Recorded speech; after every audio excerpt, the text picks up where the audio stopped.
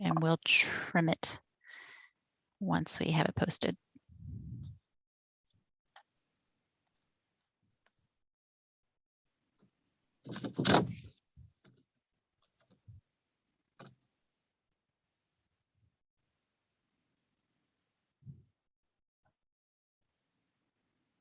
And Robin, do we have close to the number that we had registered on right now?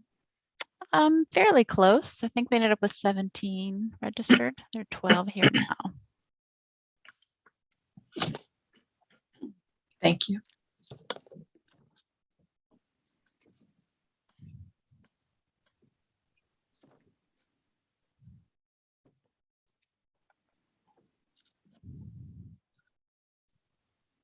As Catherine said, we want to be respectful of everyone's time.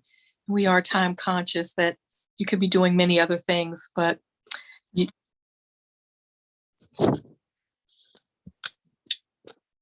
could be doing many other things, but you chose to spend this time with us. I hope that the advertising and the flyer caught your attention with the slogan of "Don't close your eyes to human trafficking." The flip side to that is that we want everyone to keep their eyes wide open and to be aware and to be conscious of things that they may observe and that they see around them. This is happening in front of our eyes all the time. And that is why the Calvert County Commission for Women has partnered with the Calvert County Library to do this Zoom panel discussion with some trafficking experts today. Calvert County Commission for Women has done several different ways of trying to be informative to the community. We've had different aspects of bringing awareness. And today, with what we're all going through with COVID, et cetera, we chose this venue today to be able to have our Calvert County Library assist us in doing this Zoom panel discussion is a tremendous help. It's important to them as well. When this event was originally planned, we had hoped to have 3 experts. And unfortunately, Jerome Elam was unable to participate today because of unforeseen circumstances. He is a sex trafficking survivor. He's also president of the Trafficking in America Task Force. If you ever have an opportunity to hear him speak or to research him and see some of his other recorded speaking engagements, I highly recommend you do so. It's powerful and it's important. The Calvert County Commission for Women today will have 2 trafficking experts, and we will have Agatha Ton, who is a labor rights and policy attorney from the University of Maryland Safe Center. Our Safe Center at the University of Maryland is doing phenomenal work, and they have been now for several years, increasing the awareness in our state in particular because of our unique location. It has been a high area for many things, and sex trafficking is one of them. We also have Haiti Alvarez, who is the director of economic empowerment at the University of Maryland's Safe Center. She is a former social services advocacy for Polaris and then with the University of Denver. So with that said, I would like for the majority of our time today to be spent hearing from our experts. And I hope that you all enjoy receiving this vital information, as our Commission for Women's task is to make things better for women and girls in Calvert County. We strongly believe that this is one of the ways that we can do that. Heidi, are you going to start first? I will. Can everyone hear me? Great. Well, thank you so much and welcome everyone. Thank you for taking time out of your day to be here tonight with us. We are going to be talking about human trafficking. We hope that you're able to learn more about what human trafficking is and be able to spread awareness to your communities as you leave here tonight. So first, I wanted to start out by talking about some human trafficking myths. And it's important to really understand what is truth and reality versus what is not true. And one of the things that we often hear is that human trafficking only involves sex, whereas we know that that's not the case. We have human trafficking survivors that we work with that have been victims of labor trafficking cases. And actually, my colleague Agatha will be speaking about that later tonight. The other myth that we often hear is that children are being kidnapped often. And of course, that does happen. Sometimes children are kidnapped for various reasons. But that is not exactly the main way that human trafficking cases occur. So we'll be talking more about that later on. Also, that victims are held in literal bondage. One of the things that you will learn tonight is that traffickers use 3 methods to really force victims into human trafficking situations. And one of them is through psychological coercion. So we'll be reviewing what psychological coercion is and how traffickers use that to basically force victims to remain in trafficking situations. The other myth that we also often hear is that the media reports reflect reality, or that the films that we see sometimes, whether it's Taken or some of the other films that are out there, are reflect reality, when in fact, sometimes it's very different from what is reflected in the media. So it's important to really understand how human trafficking happens, and to have a very good understanding of that versus what we see as being reported in the media. The other 2 myths that we always hear is that victims are always female, when we know, in fact, that victims can be anyone, female, male, women, girls, boys, men, non-binary individuals. So victims can be anyone, and traffickers prey on vulnerabilities to, again, retain individual victims in the trafficking situation that they're in. And then lastly, that documented immigrants are not vulnerable. And that is, in fact, not true. Agatha will talk more about this, but immigrants who come to the United States with visas are, in fact, victims, can be victims of human trafficking. And so we'll learn more about those cases. But victims of human trafficking can be both US citizens and immigrants, foreign nationals, can be adults, minors. And so we'll learn more about the different populations that we see that are trafficked by traffickers. So what is human trafficking? So we want to make sure that you have a very good understanding of what human trafficking is. So human trafficking is the criminal exploitation for profit of women and girls, men and boys, for commercial sex and forced labor. And I mentioned this earlier, but traffickers use force, fraud, and coercion to entrap their victims and compel them in to work in slave-like conditions for traffickers' enrichment. And we'll talk about what it means to use force, fraud, and coercion to entrap victims. In the United States, we actually have a federal law that outlines and defines what human trafficking is.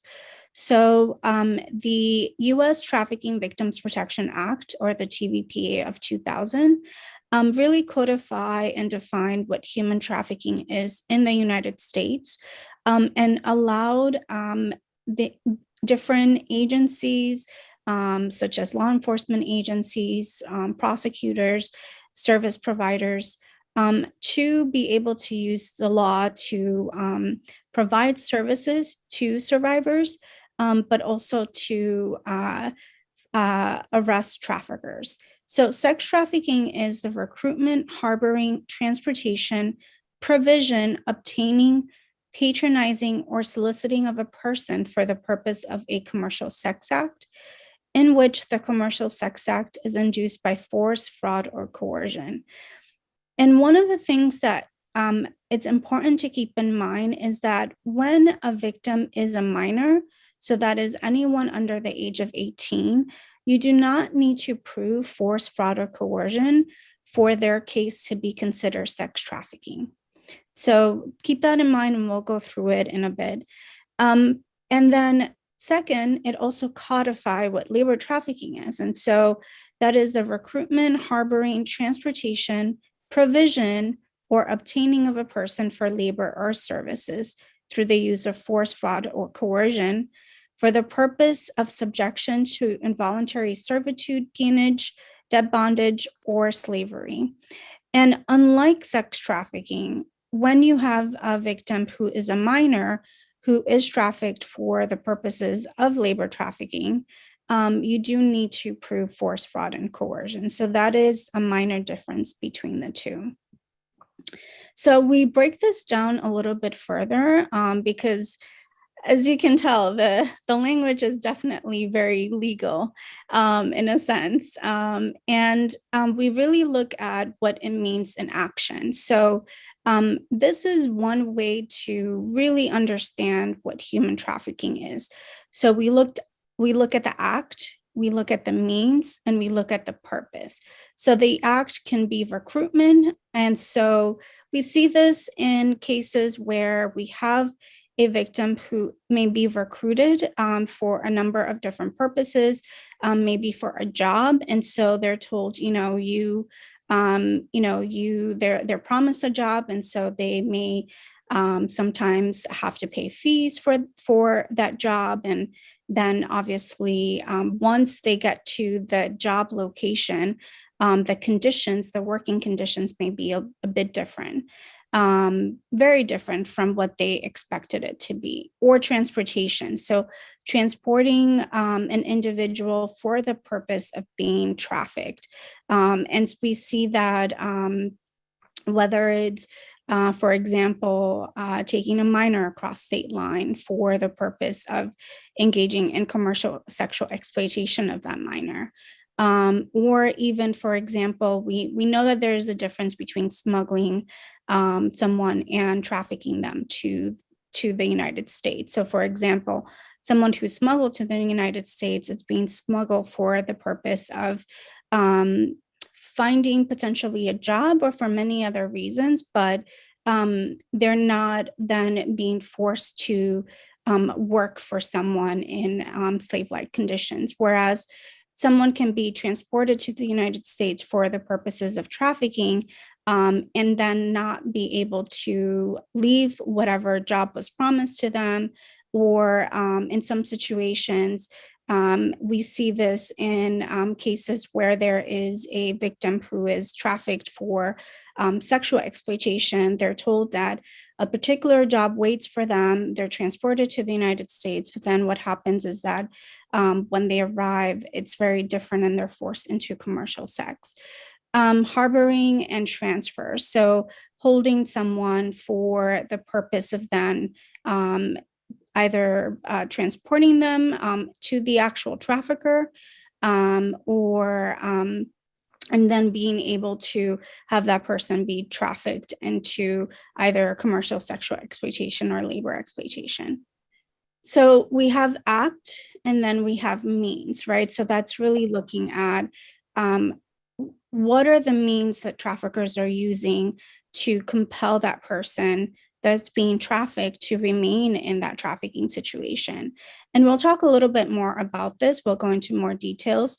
But again, they may be using force, they may be using fraud or psychological coercion to essentially have someone remain in a trafficking situation. And then what is the purpose? So either commercial sexual exploitation or labor services. And so again, you have something to remember is you have act, means, and purpose. So there has to be some sort of act that traffickers are taking to then recruit, transport, harbor, or transfer that trafficking victim by using force, fraud, and coercion for the purpose of commercial sexual exploitation or labor exploitation. And again, something to remember is that for minors who are under the age of 18, if they're being trafficked for commercial sexual exploitation, you do not need to prove force, fraud, and coercion. And the opposite is the case for labor exploitation of minors. And so force can entail a number of different methods that traffickers use to keep someone in a trafficking situation. And that can either be through confinement, and we'll talk more about this, but isolation, it can mean physical abuse, sexual abuse, and sometimes it can even mean abusing others in front of the victim in order to compel that person to remain in their trafficking situation and not seek help. So force is really like the physical act of keeping someone from being able to leave from a trafficking situation. Whereas fraud has to do more with false promises. So for example, I talked about this earlier, you have an individual who was recruited for a job, and once they arrived at the job, they were told that their job would consist of certain conditions. Maybe they worked from 9 to 5, they got paid $20 an hour, they got overtime pay. Maybe there was even an actual contract that the victim signed that outlined all of these conditions. But once they arrived, it was complete opposite from what was told to the victim. So maybe they were withholding wages from them. Maybe they weren't paid $20 an hour, were paid a lot less or only in tip form. Maybe their conditions, the working conditions, were not what was described by the recruiters. And so, for example, perhaps the recruiter promised a place to live, and the conditions were just inhabitable in terms of where they were expecting to sleep. And so traffickers really prey on desperation and poverty, and the promise of a better life to really deceive victims of trafficking into fraudulent situations. And then psychological coercion. So that's really looking at the potential of harm, right? So threats of serious harm. I mentioned earlier that, especially in situations where there are multiple victims, one victim may be physically hurt and abused, and that can be used as an example for other victims to remain in that trafficking situation. So the threats of harm may compel someone to stay because they're afraid of what may happen to them or to their family. Other ways that traffickers use coercion is by confiscating all the victim's documents. And so imagine, trying to seek help, but you can't even prove who you are. And that has serious consequences for survivors later on, once they've been able to leave their trafficking situation and trying to rebuild their life. For clients who may not live in their home state or may not live, obviously, if they're from other countries, it may be very difficult to reobtain those documents. Traffickers also use intimidation, emotional abuse, and model abusive behavior, and generally just control a victim's daily life, from sometimes telling them what to eat, when to eat, who to talk to.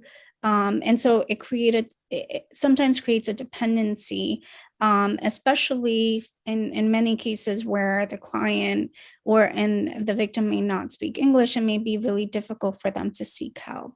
And even if they do speak English, even, for example, if they're a US citizen, it may be really difficult after experiencing so much trauma to be able to separate themselves from their trafficker. So that's just something to keep in mind.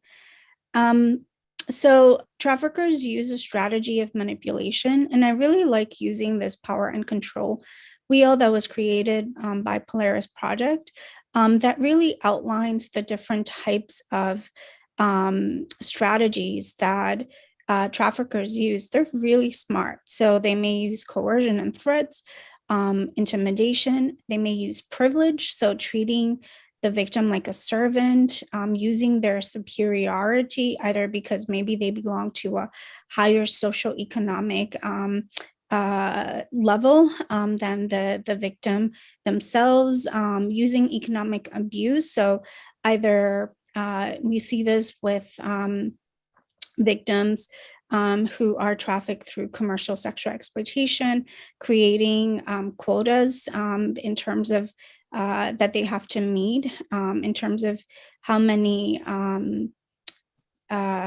customers they have to see, and or creating a debt that they can never be paid, right? That's part of the debt bondage, is having a debt because they incurred so many fees when they were, let's say, coming to the United States, that now they're unable to repay that debt. And then we also see isolation, sexual abuse, emotional abuse. So traffickers identify the need of the victim. So for example, for victims who may be seeking economic stability, and then they try to fulfill that need. So they promise a job, or for some survivors who maybe have limited support networks or safety net, may promise a family. And so what they do is then that they remove any other sources of needed fulfillment. And they do this through the isolation, the emotional abuse, the physical abuse. And then they exploit the victim's dependence and forcing them into commercial sex or labor services. So there are several risk factors that traffickers exploit, and certain vulnerabilities that they exploit, which is the reason why sometimes some victims are more at risk than others for trafficking. So for example, someone who comes from a marginalized community, either because of their race, ethnicity, religion, or undocumented status. We see this often with youth who run away as well. They're vulnerable because they lack a safety net. And so they're running away from whatever situation that they're in that may not be that great, and running into someone who's promising home, hot meals, who's promising to fulfill their basic needs, right? And then we see this with the homeless population as well, someone who's looking for a stable place to sleep, or individuals who may have substance use addictions. And traffickers may, provide and continue to provide drugs to meet that addiction that the person has. Also, for example, individuals who lack educational opportunities or who come from poverty, individuals who have developmental disabilities or mental illnesses that make it very difficult for them to really, again, just meet their basic needs. So those are some of the vulnerabilities that traffickers exploit. So if we look at it from a macro perspective, experts estimate that tens to hundreds of thousands of victims are trafficked within the US yearly. Since 2012, Maryland has been in the top 20 states with the most reports of human trafficking cases to the National Hotline. The National Hotline is run by Polaris Project. Maryland is a source destination and transit state for human trafficking. And there are a number of reasons for that. One is because we're centrally located on the I-95 corridor. We also have I-270 that connects to Virginia and other parts of the state. We also have international airports. And we have multiple vulnerable populations within Maryland. So individuals that are foster youth, unaccompanied minors. We are one of the highest states that receives unaccompanied minors. We also have individuals that come to Maryland to live as domestic servants. And so those are the individuals that have visas. And we also have an agricultural industry here in Maryland. And so we have agricultural workers. And there is also transnational gangs presence here in the state. So within the Safe Center, we provide services to a number of different clients. And we have actually, since 2016, served over 216 human trafficking survivors and 74 family members. The top countries of origin include the US, El Salvador, Honduras, the Philippines, and Guatemala.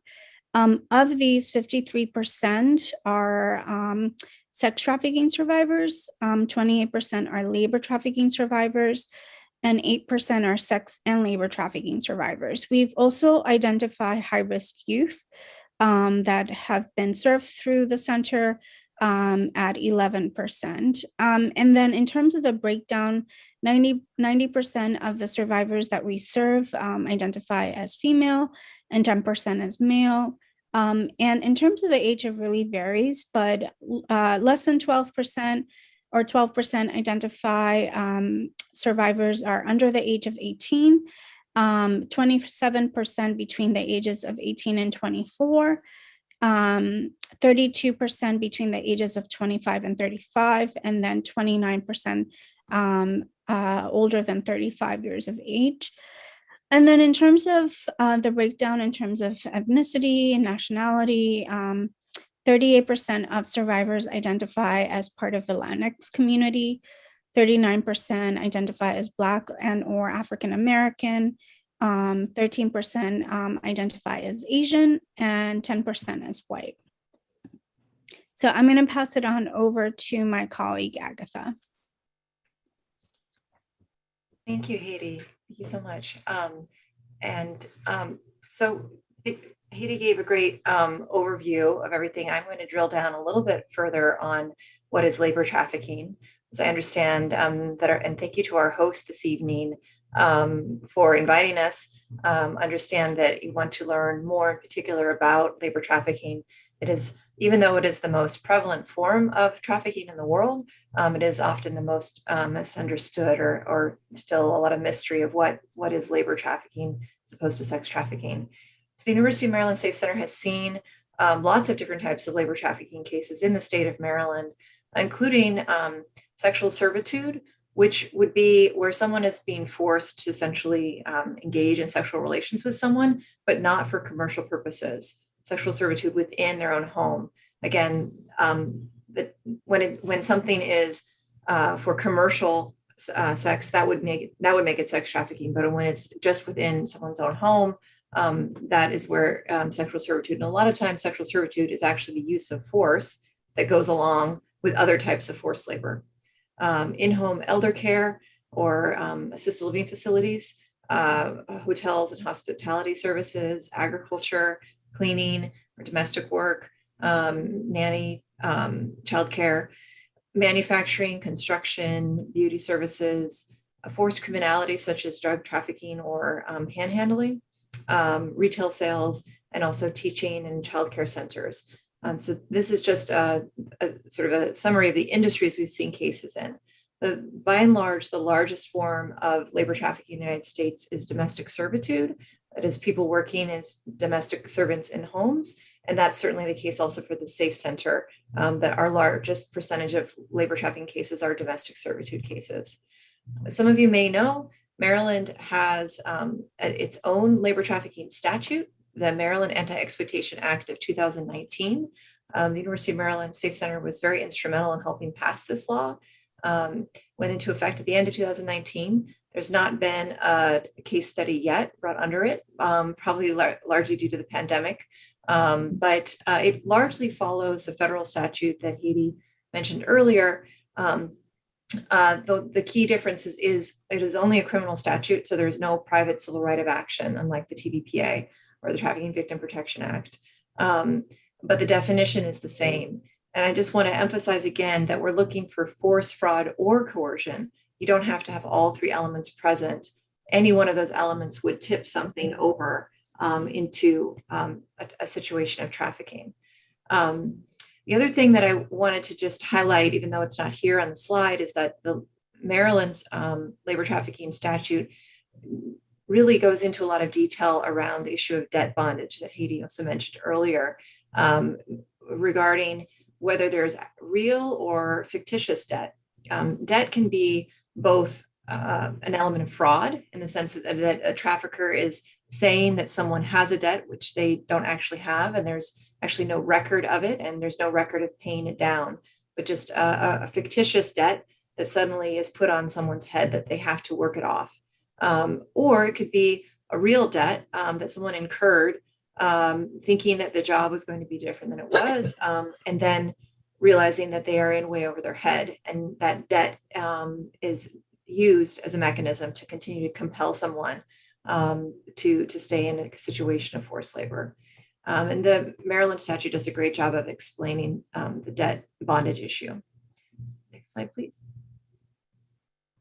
So this is a list of the civil cases that have been brought under the Trafficking Victim Protection Act in the state of Maryland. Again, most of these are domestic servitude cases.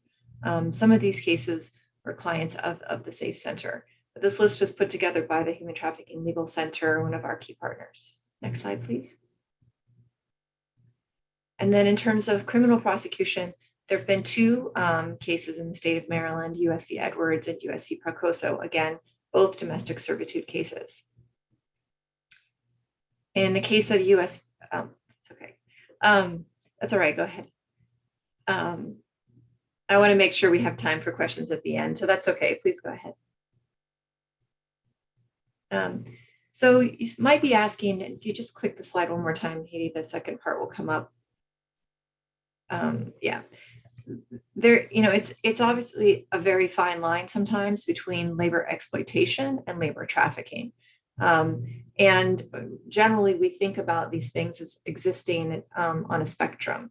Unfortunately, there is a lot of labor exploitation that is prevalent, and including lack of payment of wages, illegal fees or deductions, sometimes associated with guest worker visas, as Haiti mentioned, or no meals or rest breaks, a hazardous work environment, and work injuries that go ignored. These are all violations of labor employment law, but not necessarily something that would rise to the level of labor trafficking as defined in the Trafficking Victim Protection Act or the Maryland criminal statute. When the elements of force, fraud, or coercion are present, such as Haiti described earlier, that is when it tips over into labor trafficking. That said, for all of us who are interested in helping to better identify potential victims of trafficking, labor exploitation can certainly be a very important red flag to pay attention to.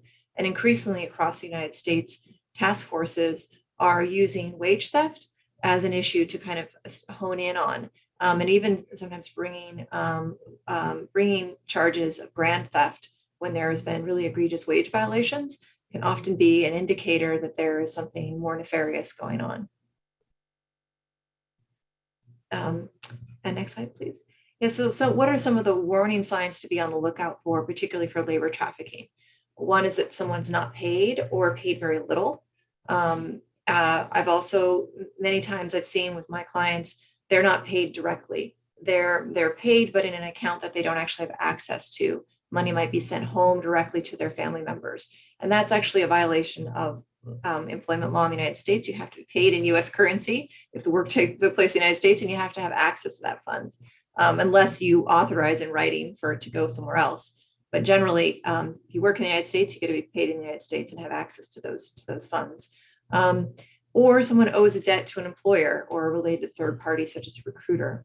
Someone has excessively long work hours, no breaks, unable to take leave.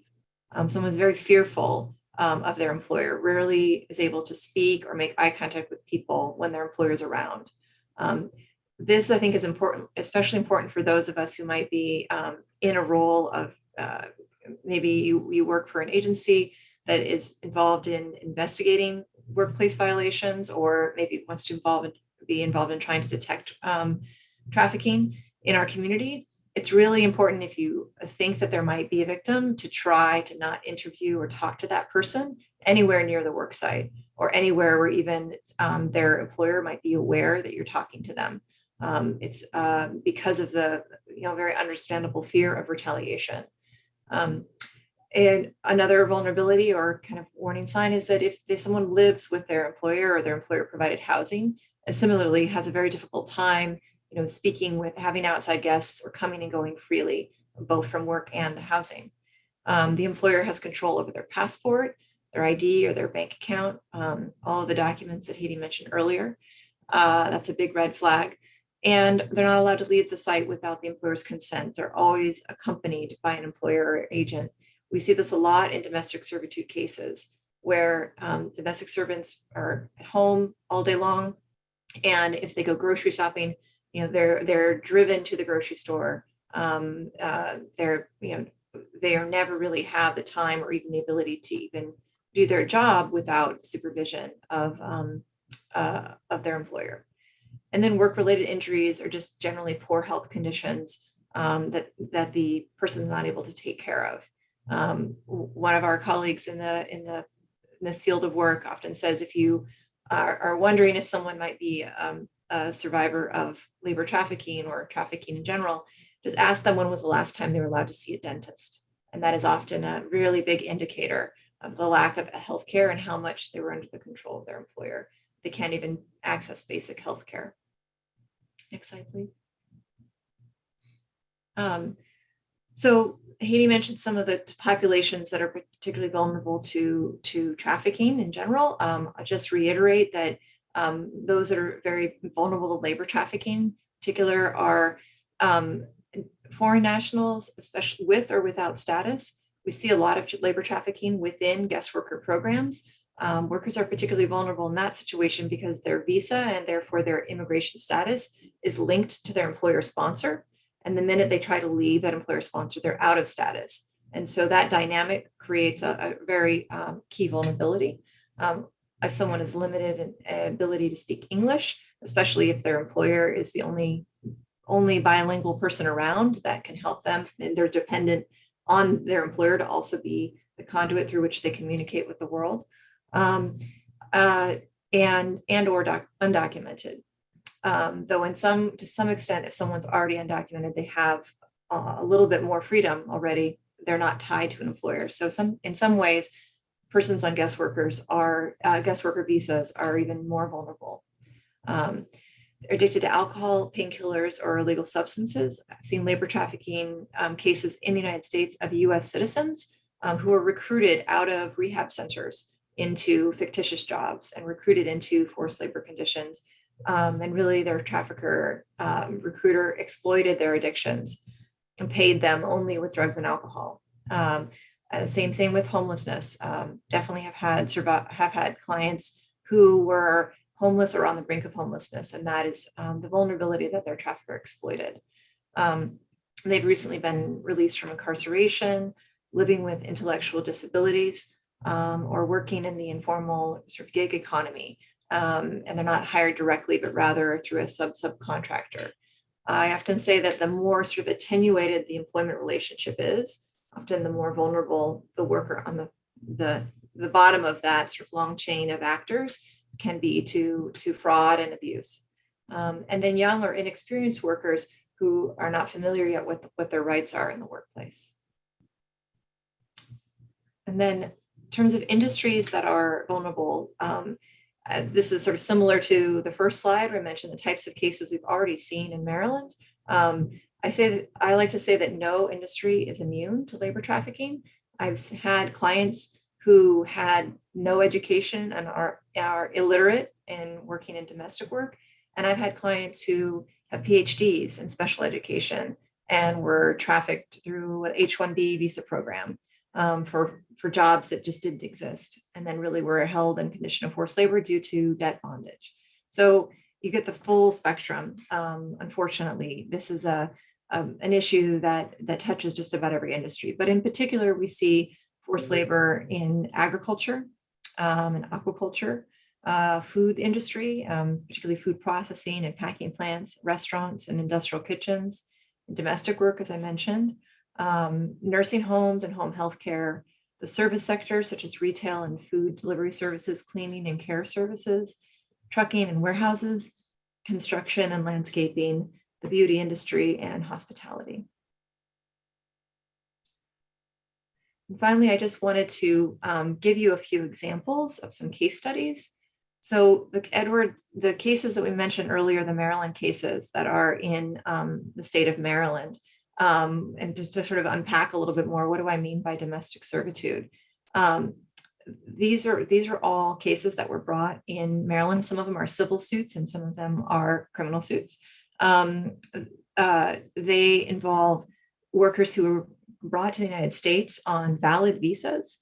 And then once they were here, their passports were confiscated by their employers. Some of them came in through A visas, which are the types of visas that are used by diplomats. An A3 visa is a domestic servant of a diplomat. A G visa is a domestic servant of someone who works for an international organization like the World Bank or the IMF. There is such a high prevalence of embassies and consulates in the DC area, as well as we have the IMF, the World Bank, and other international organizations in the DC area. That's why there's a large number of domestic servants coming in on the A and the G programs here in the DC metro area. And then in the second case of Quicanta Verde, that is a J1 or an au pair. And a J1 visa is a type of visa that's issued by the State Department. But often au pairs, as you may know, also do domestic work like childcare. But the facts of these cases are all very similar in that the work that was promised to them, even in the writing of the contract, the pay that was promised to them, the terms and conditions in terms of time off, in terms of living conditions, being able to have their own room and some privacy, none of those things panned out. Many of them not paid for, many of these survivors were not paid for long periods of time, or paid far under the minimum wage and far under what their contract promised. And mostly it's really the element of control, going back to that wheel that Hidi mentioned earlier, where they're not able to go out without their employer's permission. They're not able to freely communicate with the outside world. They're not able to have a bank account, have access to their funds. They're not able to take leave, really working around the clock. And in terms of the types of coercion that we see in cases like this, part of the reason why, if you just go back to that last slide for 1 second, part of the reason why I use that photo in the lower right corner, a woman speaking in front of a bunch of microphones. That photo is actually from a different case that arose in the state of Virginia, but also domestic servitude, where traffickers often will use their power and their connections in the community as a way to threaten their victims, to say, you know, I'm a powerful person. You see, here I am speaking on the news. In that case, indeed, whenever this trafficker, who was also a political pundit, was speaking on the news, her father, who also lived in the home, would have the domestic servant come and sit down and watch her on the television and say, look, see, we know a lot of powerful people. We know a lot of important people. And if you ever try to ask anyone for help, no one will believe you. We have all the power, we have all the money. And so that's the kind of psychological coercion that a lot of domestic servants face, and that power dynamic that is really common. A lot of domestic servants are foreign nationals, many of them with very little education, some even illiterate, very limited English, which just adds to that power imbalance in the dynamic and make them very susceptible to all various forms of psychological coercion. Next slide, please. And then I just wanted to highlight another case that also had some victims in the state of Maryland. And this was a case that was unfortunately never prosecuted, nor was there a civil case. Well, there was a case out of Louisiana that had some victims from the same recruiter, but there was not a case brought in Maryland for the victims that ended up in our region. But this was a recruiter named Isidro Rodriguez, who we believe to be a trinational of the Philippines, Spain, and the United States. And he had several sort of fictitious recruitment agencies that he created in the Philippines to recruit. First, he was, many years ago, he was in the business of recruiting nurses, but then he switched to recruiting teachers. And his victims were all teachers who really specialized in special education. And he advertised that there was a shortage of teachers to teach special ed in the United States. And teachers in the Philippines spent upwards of $10,000 to obtain an H-1B visa and to cover all of the fees that his recruitment agency charged of them. Now, for a teacher in the Philippines, the average salary is $300 to $500 a month. Even some of the teachers who had many years of experience, they were making under $1,000 a month. So for them, they liquidated their pensions. Many of them even put their house up for a second mortgage in order to be able to afford these fees. And so when they arrived in the United States and learned that those jobs, in fact, did not exist, that the whole contract they'd signed, everything was a fraud, they were then forced to work in daycare facilities. And really what kept them here and kept them in that condition of forced labor in those daycare facilities was the debt that they had. The recruiter also worked in collusion with loan agencies, essentially loan sharks in the Philippines. And so he was able to use pressure from those loan sharks and trying to collect on money that they had borrowed to keep them in a forced labor situation here and not be able to get out from under those debts. So fraud and debt bondage, just to say, is a very common tactic used by labor traffickers. In this case, is particularly highlights that. And I think that is the end of the labor trafficking section. Back to you, Haiti. Thank you, Agatha. So I just wanted to introduce everyone here to the Safe Center and provide you a quick overview of what we do. So our mission is to provide survivor-centered and trauma-informed services that empower trafficking survivors to heal and reclaim their lives and to prevent trafficking. We are the first comprehensive university-based rec services research and advocacy center for survivors of sex and labor trafficking. And we serve survivors that come from many different nationalities, ages, and genders. So we provide direct services to US and foreign national victims. We also engage in conducting research to fill gaps in knowledge on human trafficking so that we can improve our services to survivors. And then lastly, we engage in advocacy to support and empower trafficking survivors and to promote justice. At the center, we have a number of different services, direct services that we provide. The first is case management, and case management serves as our central coordination for survivors when they come into the center. So case managers complete our intake in collaboration with our legal services team. They complete our intake, they complete a needs assessment and strengths assessment in order to create an individual plan for survivors to receive the support that they need. In addition to those services, they also engage in crisis intervention, and that is to provide a rapid response for any survivor who is any victim actually who is looking to leave a potential trafficking situation. And so a lot of that has to do with safety planning and making sure that that no harm is going to come to the victim. And then also working in collaboration with our law enforcement and prosecutors' office partners.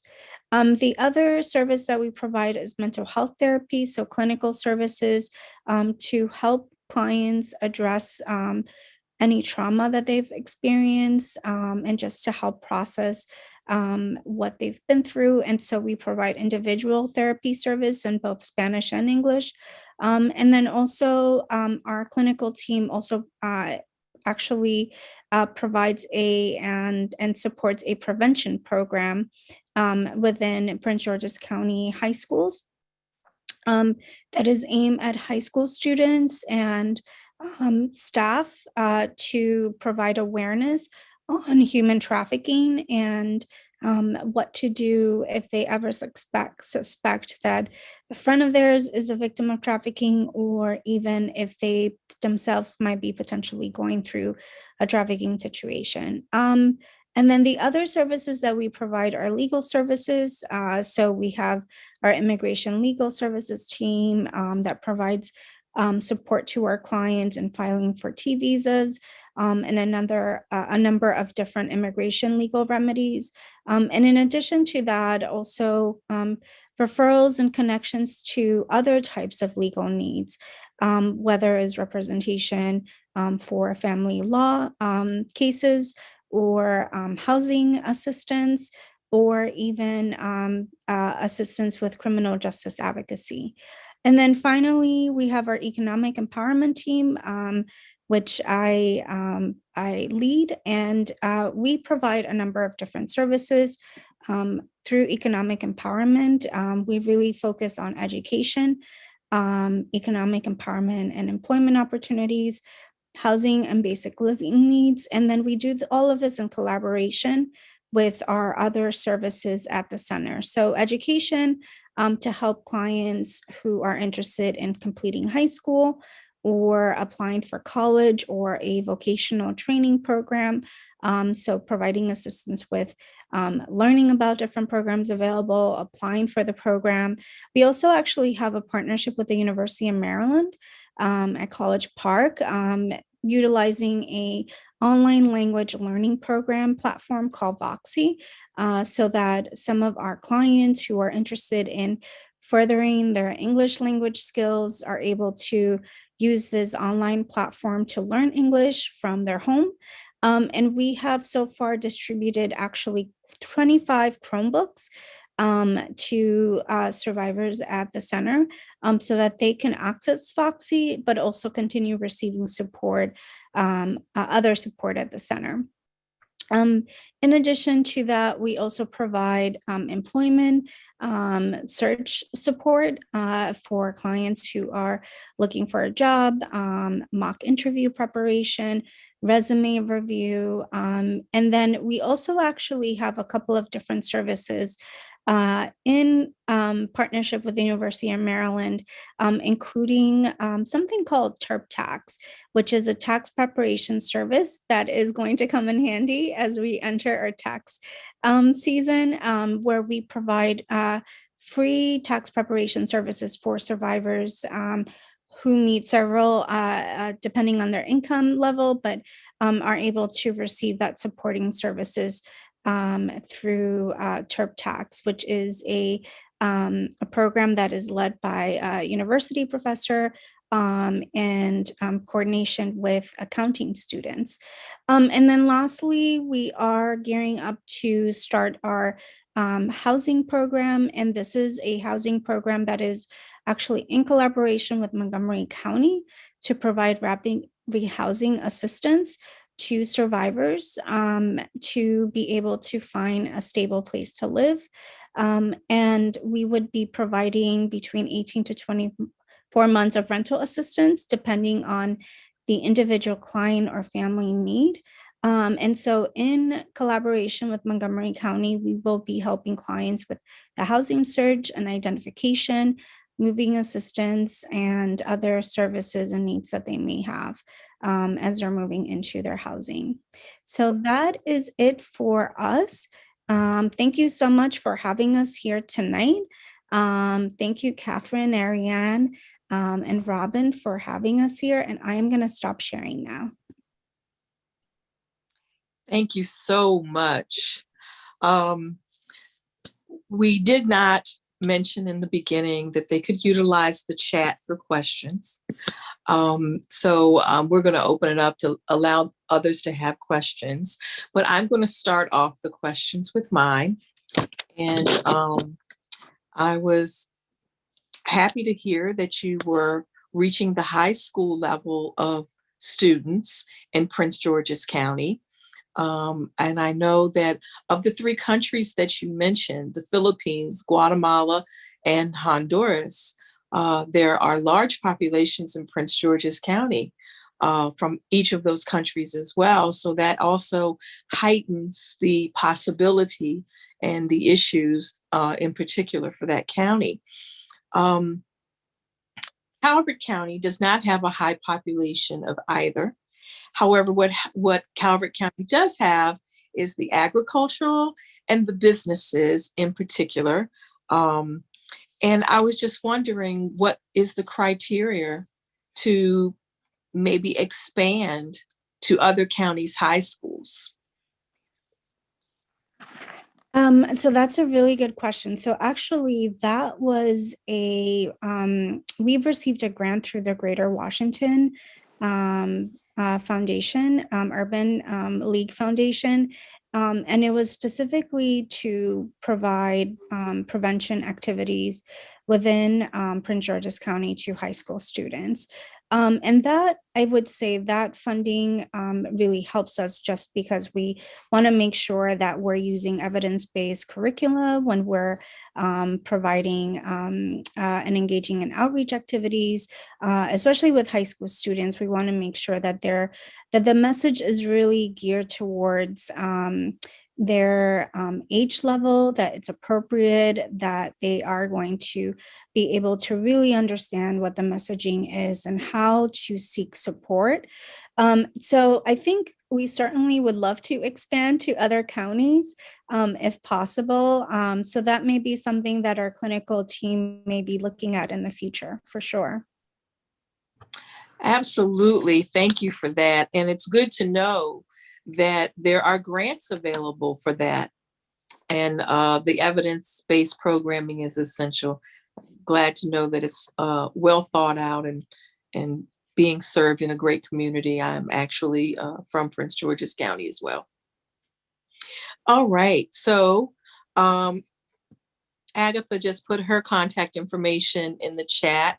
I am not seeing the chat questions. Actually, So I just put there's someone in the chat asked about who to contact if someone suspects trafficking.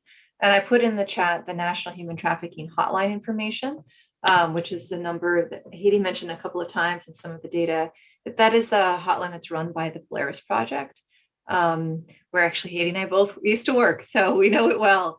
And that is the national hotline, and the Safe Center, of course, is one of the many organizations that they refer to.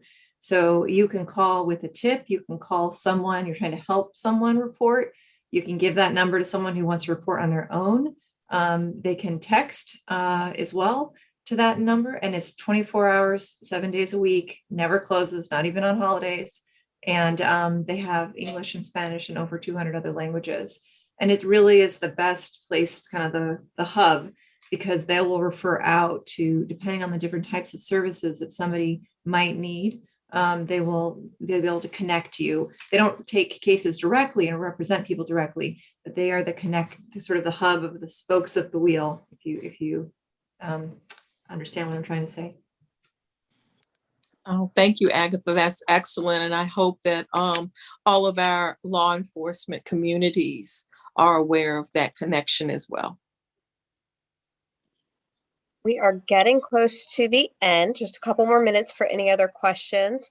But Haiti and Agatha, what can people do to support the Safe Centers? I think from a just victim services perspective, if you Agatha mentioned that you can call the hotline. You can also give us a call if you have any questions about a potential case that you want to refer. So definitely any potential victims that you've come across, you can provide them with our number so that they can reach us and we can provide support. I think this is a really good question that I think we are always asked. So definitely, as you go back to your communities tonight, spreading the message, letting folks know what human trafficking is, spreading awareness, I think is really important. Agatha, I don't know if you have anything else that you would want to add. I would just say that the Safe Center has definitely utilizes being connected to the University of Maryland. We have a lot of students that come through and intern, but we also utilize community volunteers. If you're an attorney, I don't know much about the audience that's here, but if you are an attorney, and doesn't matter if you're specialized in trafficking, we need attorneys for all sorts of matters. As Heidi mentioned earlier, tax. There are a lot of tax questions that come up, especially if a survivor is successful in their civil case. They may suddenly finally get paid a bunch of money that they should have been paid before, and there's sort of some tax questions that come up with that. So housing law, family law, all kinds of things, even also issues with debt and credit repair, and sort of helping restore people's documents that were taken. It's not really a legal matter per se, but it's very time consuming. As Heidi mentioned, there's a lot to recover after someone's had all of their identity documents taken. It takes a long time to get another passport, get another social security number. But I would also say that just for the general public, sometimes we also have clients that were survivors that would really benefit from having a tutor, one-on-one sort of attention. And Heidi's team, the economic empowerment team, has done a great job of utilizing community supporters for just that. When there's a client that might really benefit from a little bit more individualized English language learning, for example, or just some sort of mentorship. Wow, those are all excellent ideas. And some of them are one-time only type of ways to help. And some of them are ongoing, and some are on an as-needed basis. So I thank you so much for sharing all the different ways that someone could aid and assist. Appreciate both of you having the time for us today to spotlight and to inform us. And the fact that our partner, the library, has been able to record this for us. Many others who were unavailable during our actual live today will be able to partake and be able to receive this information that you so graciously shared. We appreciate you all so much. And to all of the people who have signed on today, we thank you, and we hope that this has the mushroom effect and that you will go out and share with others where they can see this presentation or the information directly from you, what you learned tonight. And keep our young people in mind. Pose questions, get information, and share information.